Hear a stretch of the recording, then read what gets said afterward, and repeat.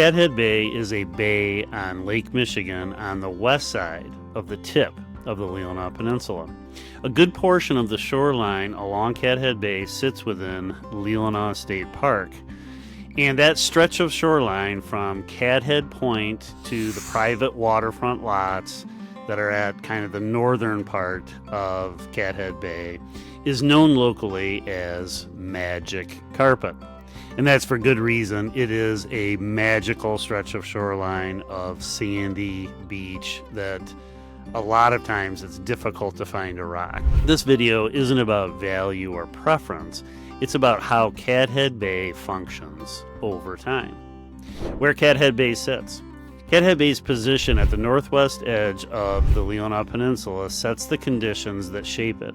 Its orientation places it directly in the path of prevailing Lake Michigan weather patterns, and the surrounding landform creates a clear boundary between sheltered moments and exposed conditions.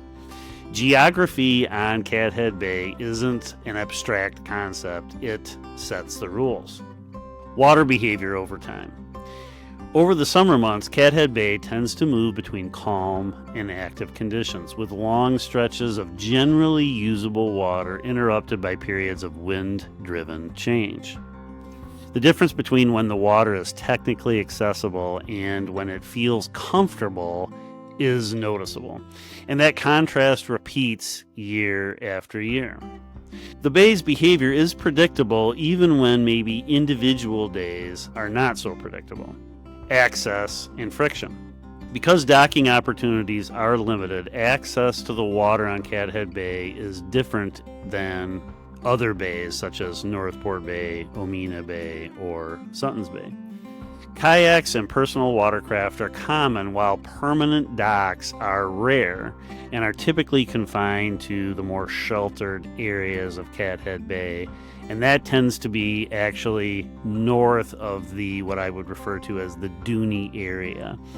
And that's something that you need to know from a use standpoint, that if you look at it from the satellite, there is a Dooney area of the private lots along there, and that transitions as you head north into a more densely vegetated area.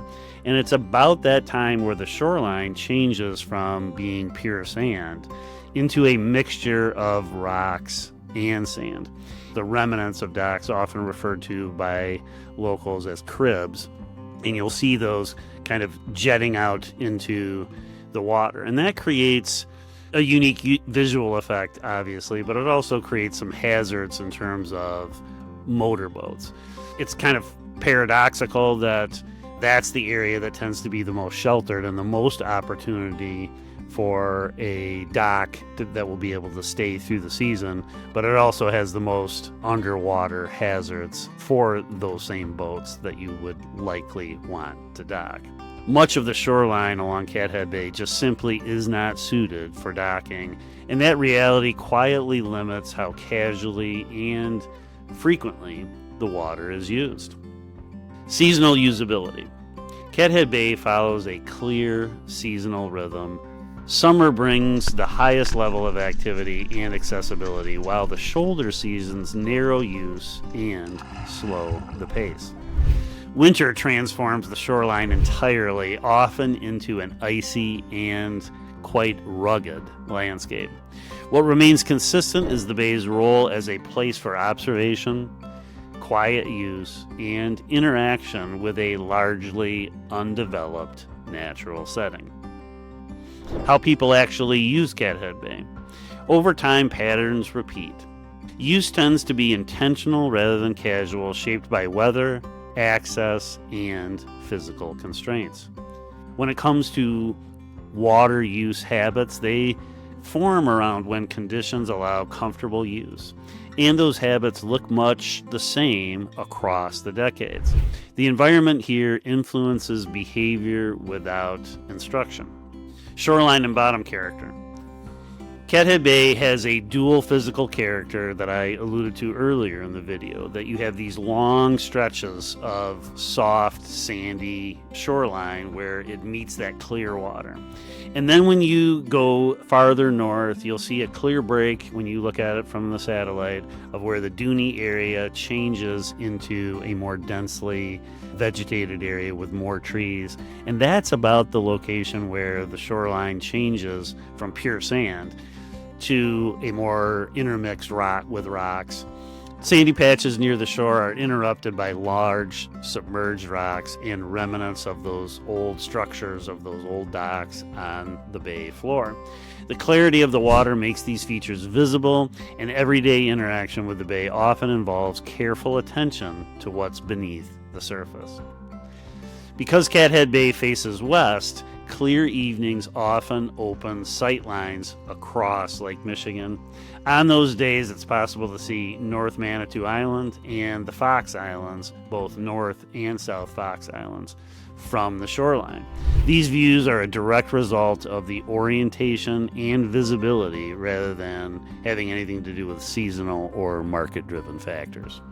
So what doesn't change about Cathead Bay? Well, over long periods of time, Cathead Bay remains defined by the same constraints. Its location at the end of the peninsula limits access and regular use. Remember, it's 7 miles north of Northport, and this distance creates a sense of privacy and seclusion and relief from the hustle bustle. But that seclusion and distance can also start to feel like isolation over time. Really, the densely forested dunes and the topography create a separation that preserve that seclusion. Submerged glacial rocks and shallow areas continue to dictate where boats and swimmers can safely go. Lake Michigan's water levels rise and fall over a multi-decade cycle, narrowing and then rebuilding the beach again and again over time. Protected habitat and conservation status ensure that the shoreline remains rustic and undeveloped by design. Keep in mind that Cathead Bay, the private lots along there, are surrounded by protected land with Leelanau State Park on its eastern and southern borders and the Leelanau Conservancy land to the north. Cathead Bay is a fixed point of geological and ecological transition at the tip of the Leelanau Peninsula. The predictable cycles of Lake Michigan's water levels and the permanence of its physical constraints define a landscape that remains and will remain fundamentally undeveloped. Its identity is rooted in geography and protection, creating a self-regulating environment that exists apart from regional growth or seasonal shifts.